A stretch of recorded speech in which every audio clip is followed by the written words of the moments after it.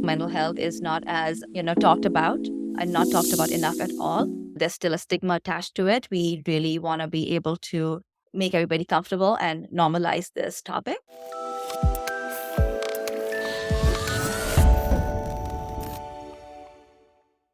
Hi, everyone. Welcome to the Childcare channel and the Childcare channel podcast. Our intention is for this to be a space where we come together to elevate the childcare industry through community, inspiration, and innovation that will ultimately serve the healthy development of children. My name is Jane Diaz, and I am your host. Here at the channel, we are big supporters of SEL, or social emotional learning for young children. We have interviewed several guests on this topic, and it's incredible how there are so many different approaches that can be applied to teach children to regulate their own emotions.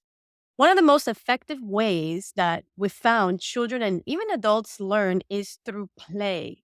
And our guest today understands this fully and incorporates it beautifully into her approach of teaching children SEL skills. Shaleena Tareen is the founder and president of Childhood Matters, a nonprofit organization in Newbury Park, California, that works to support the mental health of youth and children. She has been in the field of early childhood education for over 25 years, during which she has owned and operated her own childcare center, directed private preschool and Head Start programs in Los Angeles, and has provided workshops for educators and parents.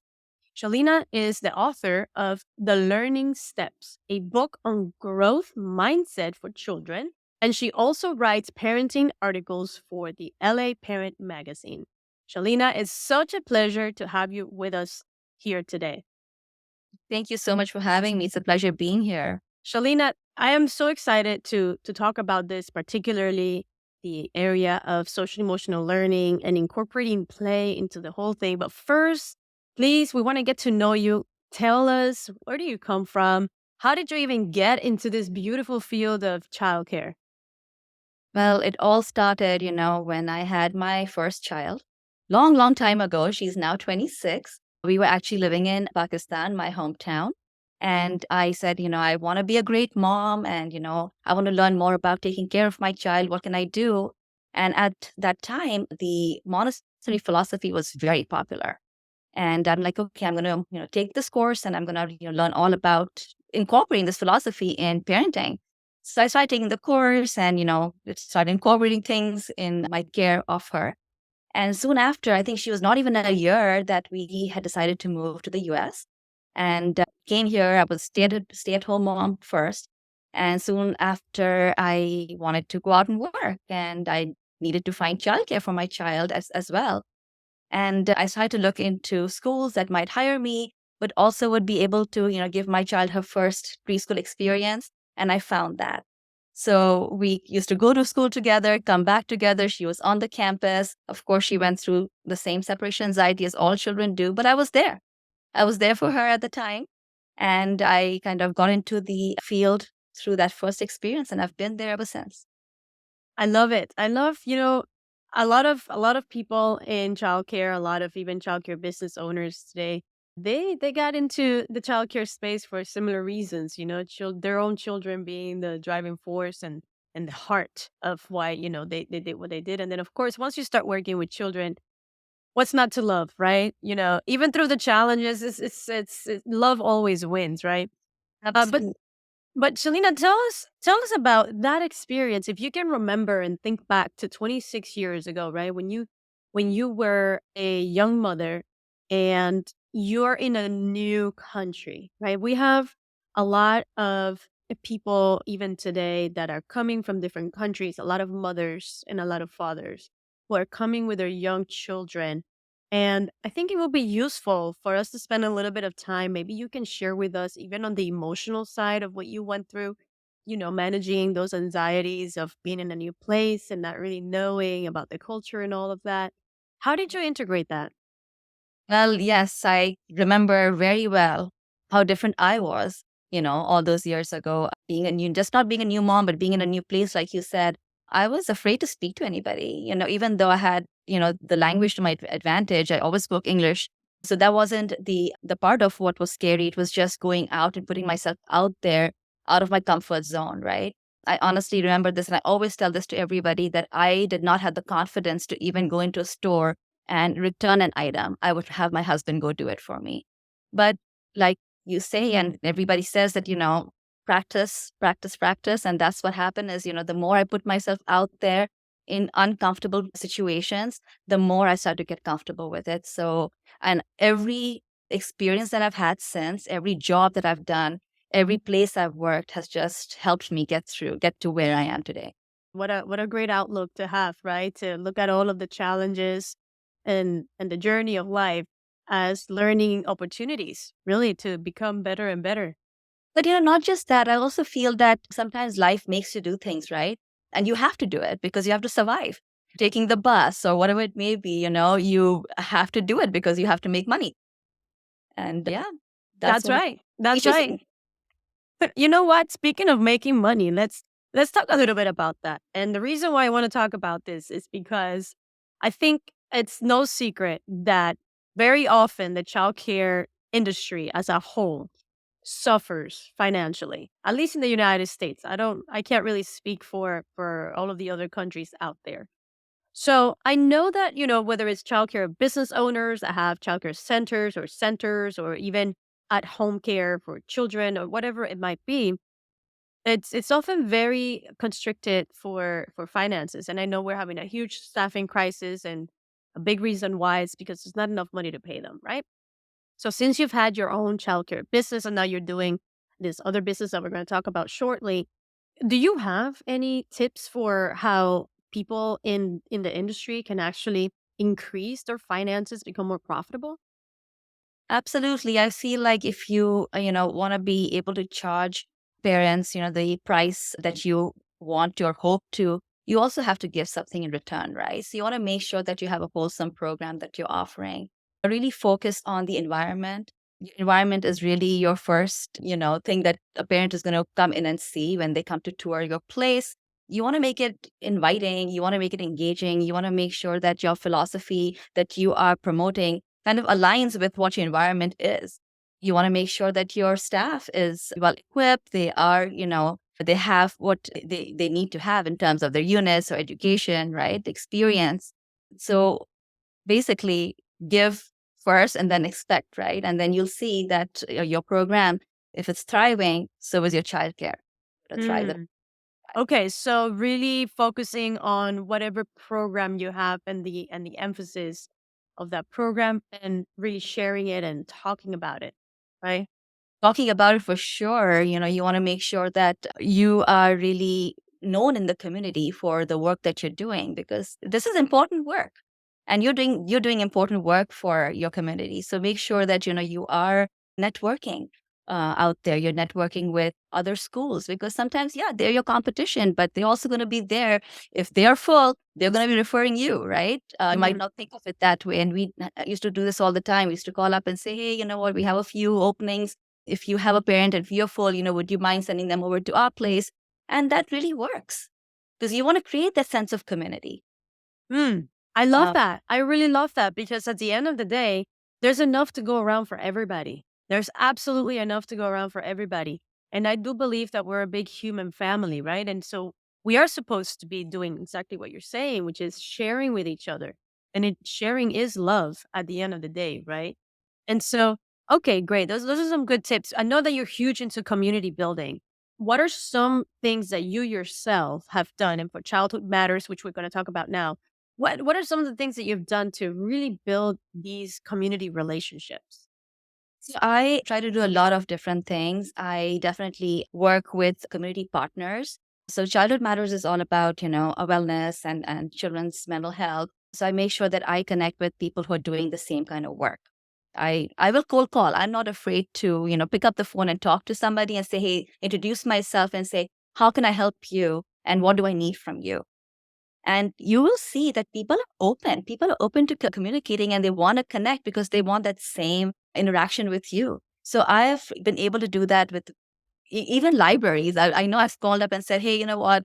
I think this will really benefit the program. I can do something for you. I can come in and present something for the children and parents. And now the libraries know us, right?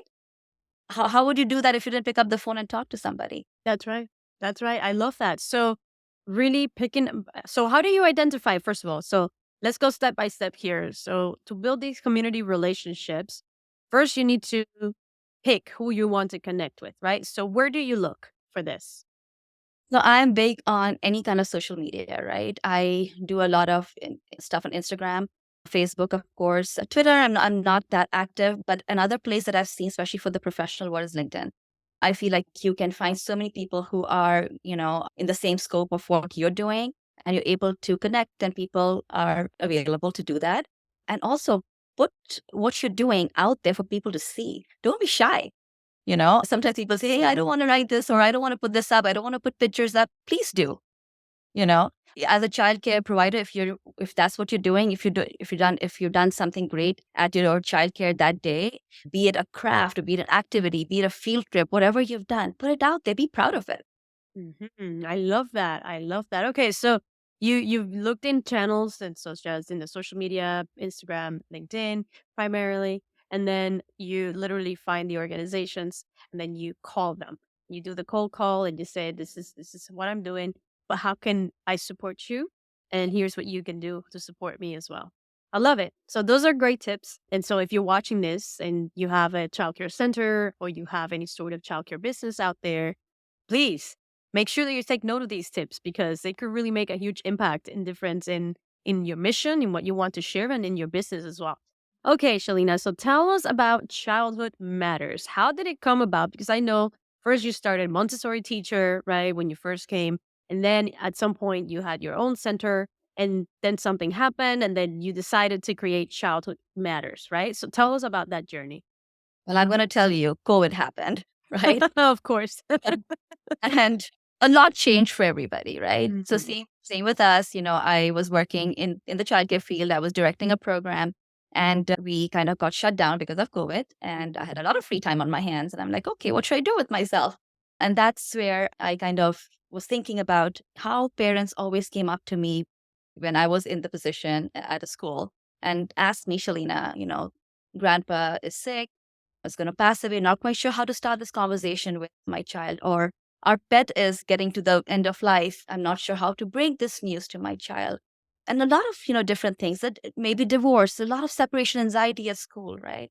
So parents had all these questions, and we would always say, yeah, I have a great book that you can, start a conversation with. And trust me, I love books, but I know, and I knew at the time that there's so much more to offer.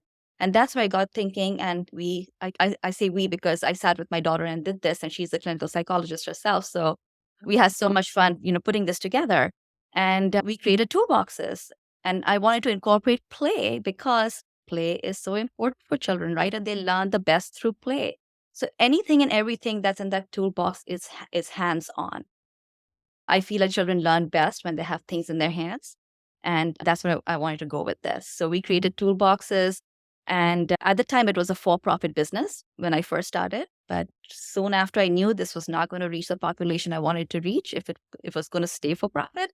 So I went the route of nonprofit. And within months, everything kind of came together. And it started with toolboxes, but now we're providing so much more. Oh, that's amazing. I love, love, love the focus on play, like I mentioned before. And I saw that you have in some of the toolboxes scavenger hunts, right? Okay. And things like that. Can you maybe walk us through, pick your favorite toolbox, right? And walk us through the visual of how a child interacts with it. So I'm going to first tell you that, yeah, I love all my boxes, but I also want to kind of pinpoint how we incorporate the use of play, right? So what we do is we are inspired by a lot of different therapies. So we use art, we use bibliotherapy, which is books, we use sensory in the boxes, we use ecotherapy, which is nature therapy, and we use play. At times, we also use music therapy, just depends on what kind of a box we are working with. So I'll kind of talk to you a little bit about our ecotherapy box because not a lot of people are familiar with it. And that's where we also have one of our scavenger hunts. We have our, nature scavenger hunt. We have our nature yoga. We want to promote a lot of mindfulness as well. Mm. Children thrive with that kind of stuff. So in our nature toolbox, you'll see that there's a color wheel. Children are able to go out and look for different things in nature that kind of go with that color wheel. We have like I said, the nature yoga. They can go outside and we've given them simple forms that they can do. And parents can kind of do this with their children because it's so bonding for them to do that. We've given them a jar to plant a bean, to watch the bean grow in that box. And they have the flashcards that kind of walk them through the steps.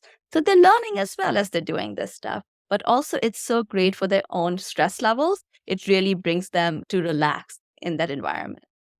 First of all, I love the comprehensive incorporation of the different tools, right? As far as music, art, and nature. I mean, it's just remarkable the fact that you've thought about all of these elements and inserted play into it.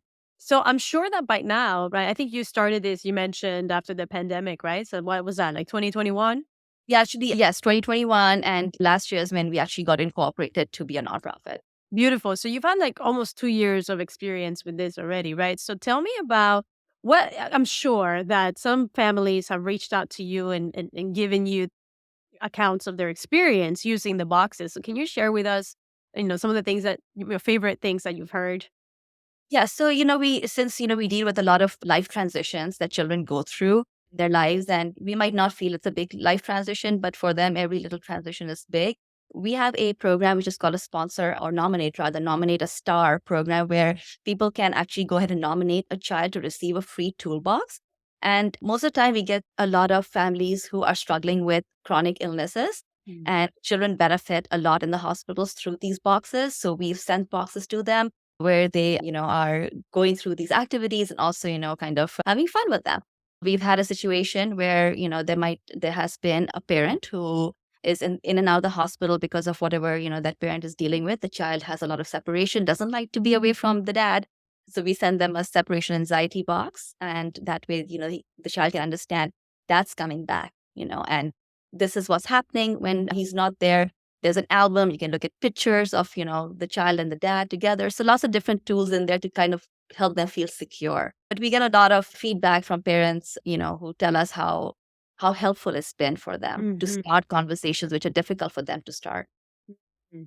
Yeah, and I can imagine too, going along with this example, what happens when the parent doesn't come back from the Yes. hospital, right? So do you have a box for that? So we have grief and loss. Mm. And that's definitely, something that has touched a lot of families. And yeah, through that box, children are kind of preparing. Or sometimes it's also happened. We've had situations where a young sibling is losing his or her sibling, and that is a very difficult situation, and parents don't know how to break it. But through the incorporation of art and books and other hands-on activities, they are learning Mm. cope. I want to say they're learning to cope. They're not going to get over the grief ever, but Mm. they're learning how to with it. That's beautiful. I can't even imagine a parent having that conversation with their child about the other child, passing. So I really feel this is such a necessity for this work that you're doing in, what, not just children but adults as well, right? And so what I love about it is that this is something that everybody, the whole family unit, can benefit from. And what about for teachers, for the educators? Do you have anything to help the teachers help the children that are going through something like this? So we have what's called our Excel program. That's our early childhood social emotional learning program. Mhm. And through this program, we actually go into spaces and we create a social emotional corner for schools and lots of other places, which kind of helps educators to kind of connect with the child's feelings as the child enters into the classroom, right? How are you feeling today? We have a emotion wheel they can use with the child and then help that child to regulate. We give them materials in that center that kind of helps the educator connect with the child. So we actually have an entire free resource on our website that educators can go on our website, download the entire Excel unit and incorporate that in their classrooms themselves. Okay, awesome. Can you share the website with us so that everybody can check it out? Absolutely. It's www.childhoodmatter, not with an S, it's childhoodmatter.org. Amazing, amazing. Thank you for that, Shalina. And tell me something, because you seem so driven and you seem like you're living with so much meaning and purpose. Can you share with us here watching, what's been your driving force and how did you come across this path of meaning and purpose? I have to say that it was something little that hit personally during COVID. I myself went through a lot of anxiety, and my son, he's now 17, but he had his own challenges with anxiety, and COVID just played a really difficult situation role in our house. And I kind of, try to understand that this is bigger than it looks, and it starts really young as well. And maybe I kind of missed a lot of those behaviors and symptoms. And I want to make sure that other parents are out there and educators are out there kind of paying attention to these early signals that children are kind of presenting. Early intervention is super important. And that's what I feel is my driving force. I love that. And that's a great point that you're making. Can you share with us, and especially if you have parents who are watching us and teachers and adults caring for children, what are some of the signs that they should be looking out for in, let's say, the small children that they can address and how they can do that? So, a lot of the mental health conditions that come up later on in life might not present the same way in the early childhood years, right? So, if you're in the classroom or at home with your child and your child is, displaying those typical behaviors that you might feel that, are, okay, he's little and, it's just a tantrum or, there's no focus because, he's still learning. Yes, absolutely. That might be what it is. But if you feel that it's come to a point where, in you it's you can kind of feel it in your gut that there's not something's not right, or if your child's school is bringing it to your attention that these behaviors are not falling in the normal ranges, you want to make sure that you're going to go get some professional help. So you want to go get your child assessed. Just make sure that you are doing what you need to do, because those are the years that you really want to get the help that your child needs, so that you're not working with those challenges till the child is older. Again, early intervention is super important. That's great. And do you have any tips for when teachers have so many children in the classroom, right? And what can they do when they have to manage a big group? So that's obviously in every classroom, right? Whether it's a preschool or an older child's classroom, you probably have a teacher and an aide. I always used to kind of like to have many activities that the children could go to and break them up in small groups. So say, you're in work time or playtime in the classroom, you want to make sure that, if you have different centers set up, children can go and visit the different centers, and then you and your assistant or the two teachers are able to go give every little group some time and be with them, right? That way you're not creating chaos in the classroom, and children benefit from small groups when, it's chaotic and crazy in the classroom. It just kind of ruins the entire vibe. So definitely work on that management. Okay, that's great. So breaking up the big group into smaller groups and giving each individualized attention. Correct. Very nice, very nice. Okay, awesome. So, Shalina, we sometimes speak here about the childcare industry in the United States and, the fact that it's a bit of a broken industry and in some ways, right? And so I'm wondering your take on this, right? From your position, right? What do you think if we were to reimagine, right, childcare success for the industry in the US? What could that look like? Hmm. Interesting question. If we could redesign, I would want to say, if we could really make our centers smaller instead of bigger, I feel that would really be of importance. I think we tend to think big and everything here, right? And which is okay. I mean, thinking big is fine. But when it comes with children, they really need those intimate settings, right? Mm. Even if you have a big establishment, focus on your classrooms. Make sure that those are still providing the warmth that child would crave for at home. So create that environment of warmth. If you can, have smaller numbers. You know, provide them that nurturing adult experience in the classroom. Those are really the things that they need at the time. Yes, program is important, of course, but at first it's really that adult child interaction that's important. And the more intimate that environment will be, the more the child will thrive. Amazing. And but I mean, obviously doing something like that, keeping it small, more intimate setting, it's going to drive the price up somehow, right? And That, so yeah. Us, right. And so if we continue with this mental experiment, right, of reimagining, right, childcare success, what could be some ways that if we were to precisely focus on smaller environments, in other words, safer, more comfortable, warm environments for children in the classroom, right? If we were to go that route, again, imagine anything is possible, not so much what the current restrictions are, but if we were to really be the creators and the thinkers of the future, designing a new way to do things in the childcare space, what could you imagine in this moment, right? Could provide that financial support to to be able to have these smaller settings. I would really hope that as a parent who would be in the working, corporate world, that my work would support that. So my work would be able to give me money towards my childcare. Again, anything is possible situations as we are provided with, the medical benefits and, other benefits. I would love to see childcare benefits out there that, hey, here you go. This is your, money here to provide for good childcare that you are at least a part of it. Something that can help parents.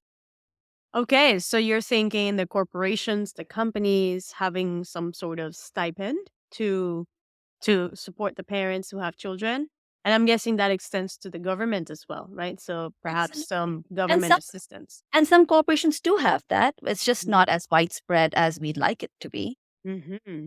Okay, well, great. So then we have some tips, and if you're watching this and you have some ideas or something that you want to share about how we can really reimagine childcare success in the United States, please tell us in the comments. We'll love to know because one of your ideas might just be groundbreaking and it might actually make a huge impact, and everybody might just be on board. So, and collectively as a community, our intention is precisely that, right? To put our heads together to really make a positive impact in the industry. You know, we always say in our channel sponsor, which is One Core Solution, the CEO of the company always says, childcare is the backbone of the US economy, right? And, we saw it during COVID. We saw how essential childcare workers and professionals were in throughout the pandemic when our nurses, our doctors that had to go to work to take care of millions of people, right? They had children. So who was taking care of their children? Right. So, and then you have women, especially that were particularly affected when it came to the workforce. So it actually cost the United States hundreds of millions, if not more, of dollars to have this industry be impacted of childcare. So that's why we do what we do here at the channel. We want to be able to get people like Shaleena to come join us and who are doing something positive in the industry. So I hope you watching can be part of the solution as well. And again, if you're liking this, please do give us a like or subscribe to the channel, share it with people that you think will benefit from what we're sharing here. And that would really help us a lot to get the word out. So, Shalina, now I want to know, what are you working towards? So I know you've just been doing this with the nonprofit Childhood Matter, but I'm sure you have a bigger vision, right? So tell us what that vision is, and when the time comes, whenever that is, that you need to depart from this earth, what would you like to have left behind? Wow. So a legacy, I'm thinking, right? That you're speaking of. Well, first of all, I just want to go back and say, yes, we've been in this for 2 years, but we've just started. So there's so much work to be done in this field because, as you know, mental health is not as, talked about and not talked about enough at all. There's still a stigma attached to it. We really want to be able to make everybody comfortable and normalize this topic, especially in, our young children that we that are in our care. So if I were to leave a legacy, I would want to leave a world that is talking about mental health just like they talk about their physical health. So if you're so okay about going and seeing a doctor about, maybe your back hurting, you might want to go see a therapist if you feel that you're not feeling mentally well. And if for your child as well to do that from a very, very early age. Absolutely, absolutely. The children are always modeling the behavior of the parents or the people taking care of them. So I love that intention. We love to support it here at the channel. It's actually part of my personal mission as well. So really, thank you so much, Shalina, for sharing yourself, your time, your work with the world. Are there any words that you want to share? Anything you want to share with everybody watching us here before we move on to the last piece of our interview, which is a game. See, we like to play too, which is a game called Three in a Beat. So any words that you want to share with our audience? I just feel like, as your children are still young and, just take the time, slow down, get on the floor, play with them. That's what they need. That's all they need. They're not going to come and tell you that, hey, I've had a bad day. They'll ask you this question, will you play with me? And this is something that you'll read a lot about, is that play is of utmost importance. So go ahead and do that. Play with your children. I love it. I love it. Well, Shaleena, this has been amazing. Thank you so much for you watching. If you want to learn more about Shaleena, please share, besides your website, where people can find you on socials as well. So you can find us on Instagram, on Facebook, LinkedIn, TikTok. We are everywhere. And they can find you as Childhood Matter without the S.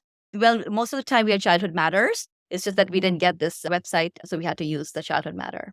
Okay, so there you have it. So Childhood Matters. And if you go into the website, it's childhoodmatter without the S.org. So Shaleena, you ready to play Three in a Beat? Do it.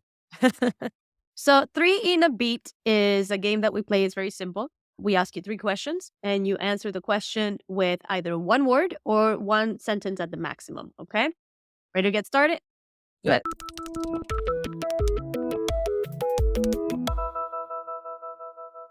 Question number 1.